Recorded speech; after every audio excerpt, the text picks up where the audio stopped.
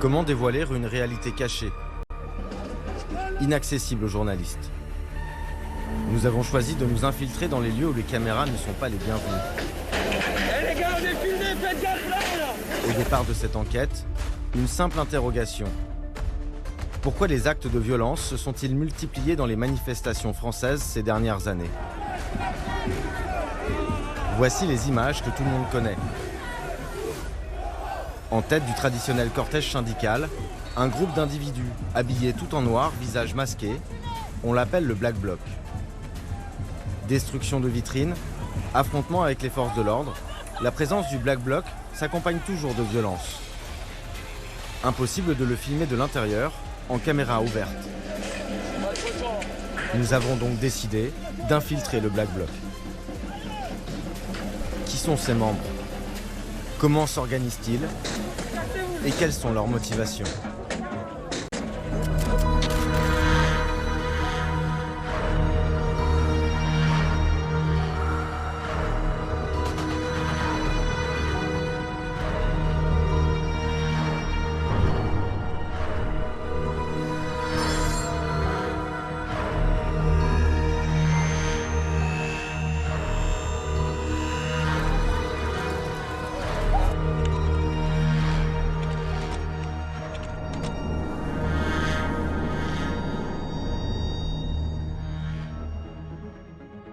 Je suis journaliste, je travaille à BFM TV et avec un de mes collègues, on va essayer d'infiltrer le Black Bloc à la manifestation du 1er mai.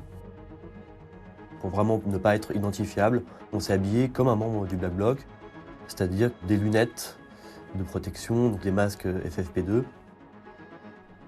Équipés d'une caméra discrète, la tenue dissimulée dans un sac, ils se rendent à la manifestation.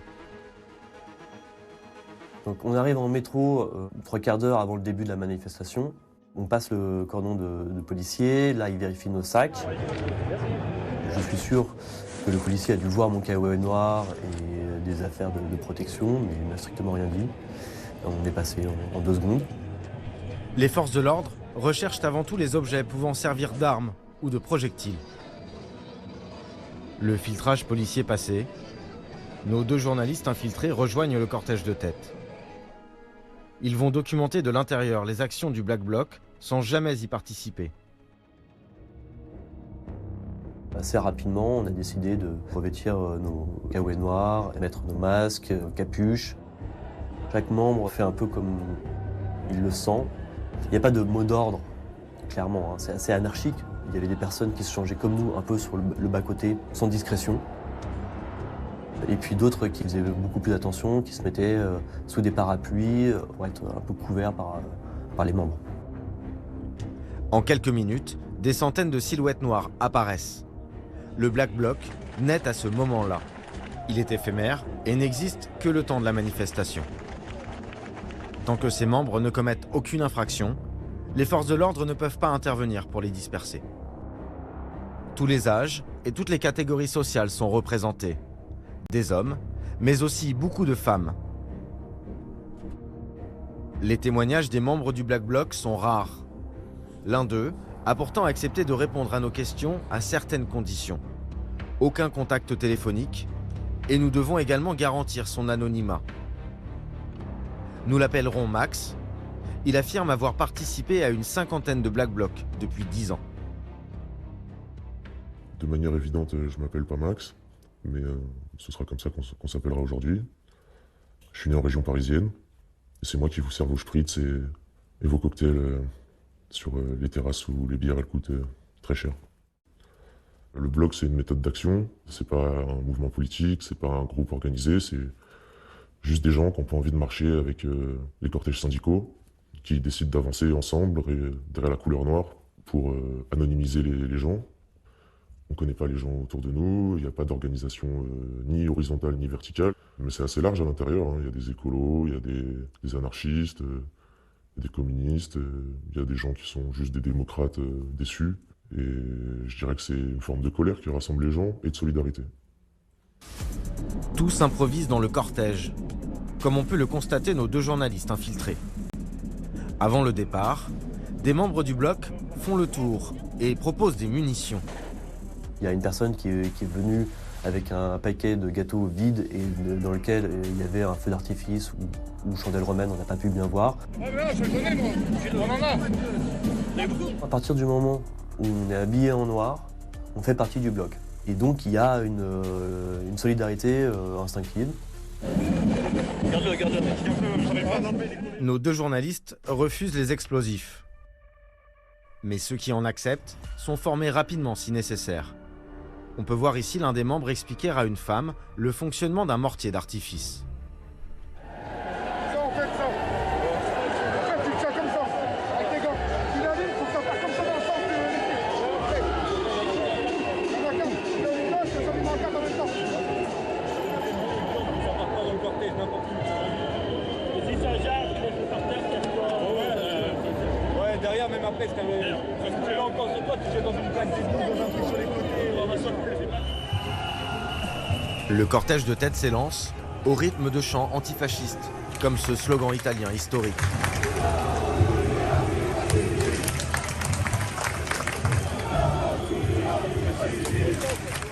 Mais ce qui fédère tous les membres du bloc, c'est la lutte contre le capitalisme.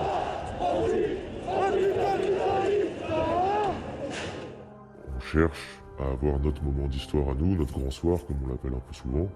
Si on fait tout ça, c'est pour exister, que ce soit humainement et politiquement, pour avoir une place dans la société en tant qu'individu qui fait autre chose que de se faire maltraiter économiquement, politiquement et socialement.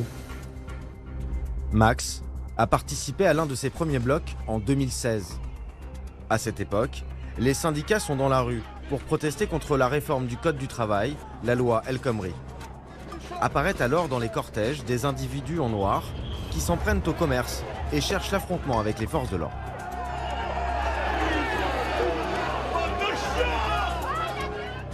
Autour du quinquennat de François Hollande, il y a eu une vraie déception qui a été vécue comme trahison par beaucoup de gens à gauche. Je dirais que d'une manière assez spontanée, on a décidé de changer la manière de manifester, qu'on voulait quelque chose de plus radical, de plus médiatique, de plus direct. Mais d'où vient cette stratégie du désordre? Et depuis combien de temps existe-t-elle? Nous avons posé la question à Olivier Kahn, professeur de droit pénal et spécialiste du militantisme violent. Ça naît dans les années 70 en Allemagne, et ce sont effectivement des étudiants allemands qui vont créer cette technique. Ces étudiants occupaient des squats dans des villes universitaires. Un certain nombre de promoteurs immobiliers essaient de récupérer ces espaces pour y développer des projets immobiliers et s'organisent des formes de résistance. Les premiers pavés sont arrachés. La bataille commence. Action, réaction, surenchère. Les matraques ne font pas de quartier. Et donc, ces étudiants vont effectivement développer ce mode d'action, le Black Bloc, comme une technique de masse destinée au départ à lutter contre les évacuations. Cette technique du Schwarzer Block, bloc noir en allemand, va inspirer d'autres mouvements contestataires. Novembre 1999, Seattle aux États-Unis. L'Organisation mondiale du commerce organise une conférence internationale. Parmi les 40 000 manifestants venus s'y opposer, émerge un Black Bloc.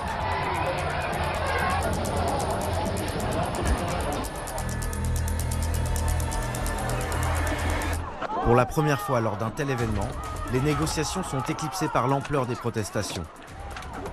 Le sommet s'achève prématurément. Le sommet est médiatisé mondialement et on a à ce moment-là des images qui montrent que, il y a moyen d'exprimer une contestation violente politique d'opposition au capitalisme. Et donc ça devient un des modes d'expression de l'altermondialisme. Désormais, le Black Bloc se forme en marge de tous les grands sommets internationaux dans les pays occidentaux. Comme en 2001, à Gênes en Italie, lors de protestations anti-G8. En Écosse, 4 ans plus tard, à nouveau lors de rassemblements contre le G8.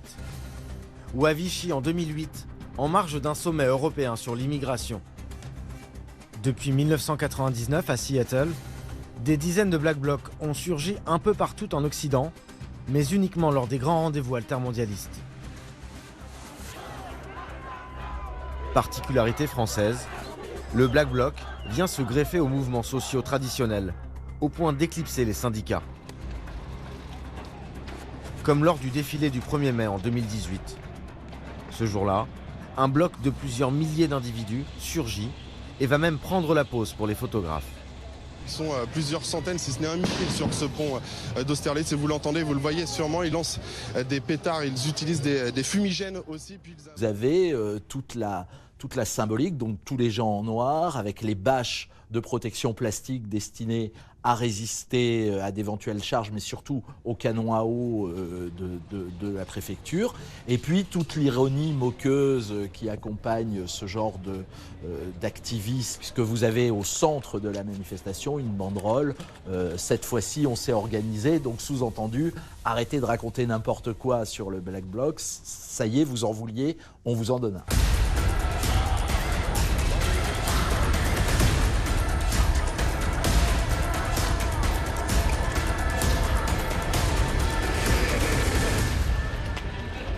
Depuis, le bloc est présent à tous les grands rendez-vous syndicaux. Mais sa stratégie n'a pas changé et les cibles sont toujours les mêmes. Mais les cibles, a priori, oui, sont exclusivement symboliques et donc pas des petits commerces, quoi. Donc que des grosses entreprises dont la presse nous relate leur faible participation à la vie collective.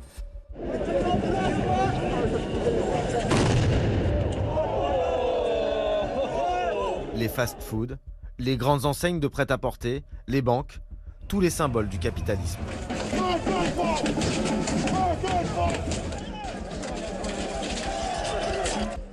Sur cette manifestation du 1er mai, il y a eu assez rapidement des actes de vandalisme. À un moment dans le cortège, plusieurs membres du bloc vont s'attaquer à une agence immobilière. Nos 2 journalistes infiltrés arrivent à s'approcher au plus près. Derrière l'improvisation apparente, le Black Bloc agit de manière très méthodique. Alors ce qui va se passer, c'est qu'ils vont commencer par enlever les panneaux de protection en bois. Il y en a plusieurs qui vont les prendre, ça va servir de protection. Il y en a d'autres qui vont arriver avec des parapluies qui servent à cacher. Donc ils se mettent à plusieurs avec leur parapluie devant. Et comme ça, les caméras ne peuvent pas filmer la personne. Derrière les gars, derrière! Allez les gars!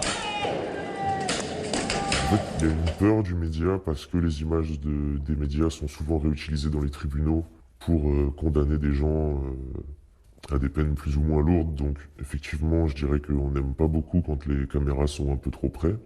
Pas de photo, pas de photo. Eh les gars, on est filmés, faites gaffe là! Caméra à droite là! Et en même temps, sans ces médias-là, on n'existe pas non plus pour autre chose que nous-mêmes. Donc je dirais qu'il y a un paradoxe où c'est je t'aime moi non plus, quoi. Y a personne derrière. Une fois à l'abri des objectifs, l'un des membres donne le signal de départ. Sans aucun risque d'être identifié, une petite dizaine de personnes fait le plus de dégâts possible en un minimum de temps. Aucun pillage, uniquement la destruction de la devanture. C'est très rapide. Ils attaquent avec des poinçons, des marteaux. Ça va durer 3 à 4 minutes, pas plus. Et au bout d'un moment, quelqu'un va les alerter parce que la police est en train de charger.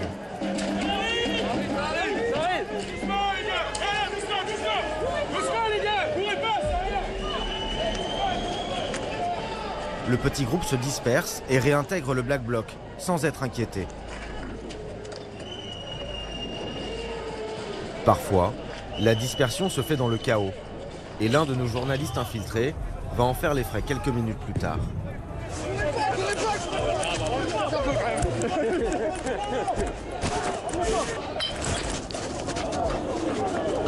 À un moment, je m'écroule à moitié. Je mets 2 secondes à me rendre compte qu'en fait j'ai reçu un projectile sur la tête. Une bouteille de verre lancée par un autre membre du bloc qui visait les forces de l'ordre. Je n'avais pas de casque puisque les membres du bloc n'ont pas de casque. Et en quelques secondes, j'avais 3, 4, 5 street medics qui m'ont entouré, qui m'ont pris, qui m'ont dirigé parce que je voyais plus clair. J'étais un peu sonné. C'est bon, ça saigne ou pas? Ça saigne pas, ça fait un bon choc à la personne. Les street medics sont des volontaires qui viennent en aide aux manifestants blessés pour apporter les premiers soins. Ils ne font pas partie du bloc, mais l'accompagnent toujours. Les gars. T'as des petits tours, des trucs comme ça? Posez-vous juste. Vertige, ça va? Ok. Non, ça va pour l'instant. Vas-y, on... Si elle Merci, fait en pas tout chaud, cas. monsieur commence à avoir des petits vertiges. Hôpital. Les urgences, ouais. Ok. Des blessés, des destructions. Comment les membres du Black Bloc expliquent-ils ce recours à la violence? Pour Max, la fin justifie les moyens.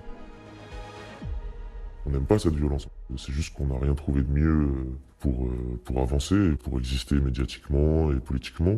Je pense pas que c'est en marchant avec sa merguez et son ballon rouge au-dessus du camion, avec du Manu Chao ou avec du Bérurier Noir qu'on fait bouger les lignes politiques.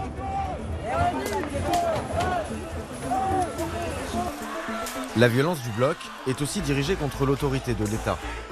Les forces de l'ordre sont systématiquement prises pour cible. Elles dénoncent une violence de plus en plus extrême. Voici une photo publiée le 6 avril dernier par la préfecture de police de Paris. On peut y voir des pavés, des bouteilles en verre, des débris en tout genre qu'utilise le Black Bloc. Des munitions, parfois très artisanales. En fait, pour trouver des projectiles, ils vont les chercher sur place. Ils vont casser le sol, ils vont détruire les bouts de métro, ils vont dépaver les rues. Et pendant ce temps-là, il y en a d'autres qui vont les ramasser et les mettre dans des sacs en tissu pour ensuite les redistribuer aux autres membres du bloc. Certains membres arrivent même à introduire des armes incendiaires dans le cortège. Le 1er mai dernier, un CRS a été la cible directe d'un cocktail Molotov. Il a été brûlé au 2e degré, au visage et aux cuisses.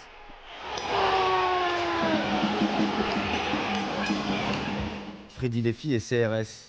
Il était en première ligne ce jour-là.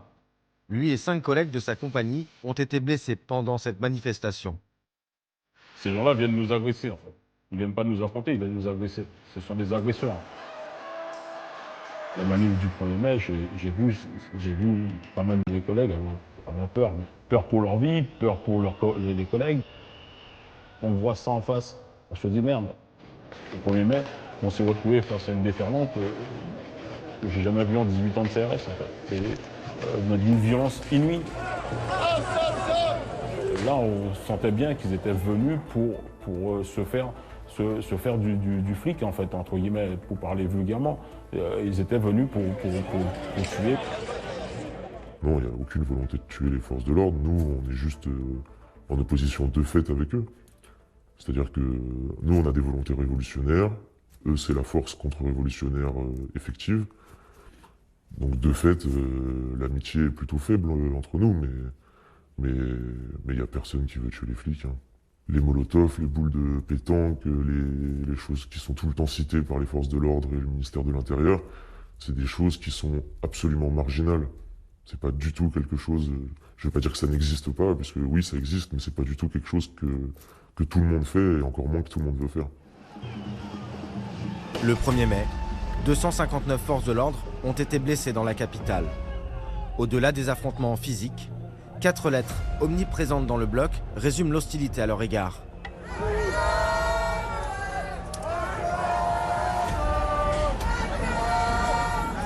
ACAB pour All Cops are Bastards. Tous les flics sont des bâtards. Une haine idéologique partagée par Max. Il n'a pas de mots assez durs contre eux. Je pense que les flics, c'est des pauvres, ou des gens mal payés, qui sont souvent issus des classes populaires, mais qui ont des intérêts politiques propres. On le voit à travers leurs syndicats, leurs revendications. C'est quasiment un corps indépendant que l'État est obligé un peu de choyer, et pour moi, c'est juste des gens que je pourrais qualifier de traîtres, en fait. Puisque leur métier, c'est d'aller empêcher les gens pauvres comme eux d'exister politiquement. Je ne me considère pas comme un traître. Moi, je suis un représentant de l'ordre.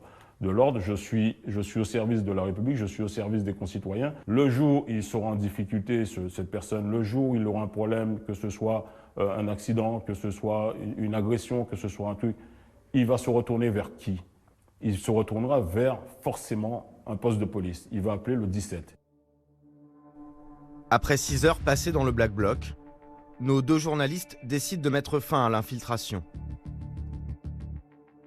À la fin de la manifestation, on se rend compte que le nombre de Black Blocs diminue. On se rend compte qu'il y en a quelques-uns qui retirent leur cowboy noir, donc nous on décide de faire pareil, on va les ranger dans notre sac. Bon, il y a un moment où on comprend que ça pue suffisamment et qu'on va se faire défoncer, donc les gens changent de visage et oui, c'est quelque chose qui apparaît, qui disparaît. Rester trop tard, c'est risquer d'être interpellé. Plus le bloc est gros, plus ses membres sont en sécurité. L'anonymat est sa force, pendant et après la manifestation. Il rend les enquêtes de police très difficiles. La plupart du temps, ceux qui sont arrêtés et placés en garde à vue ne sont pas inquiétés par la justice. Si les policiers et le parquet ont collecté des preuves suffisantes pour établir la consommation de la fraction, la personne sera jugée et condamnée. Sinon, elle est relaxée et vous avez, dans ces comparutions immédiates, des taux de relax très importants, beaucoup plus importants que dans les comparutions immédiates ordinaires. Le 1er mai dernier, 281 personnes ont été interpellées. Près de la moitié a été relâchée, faute de preuves.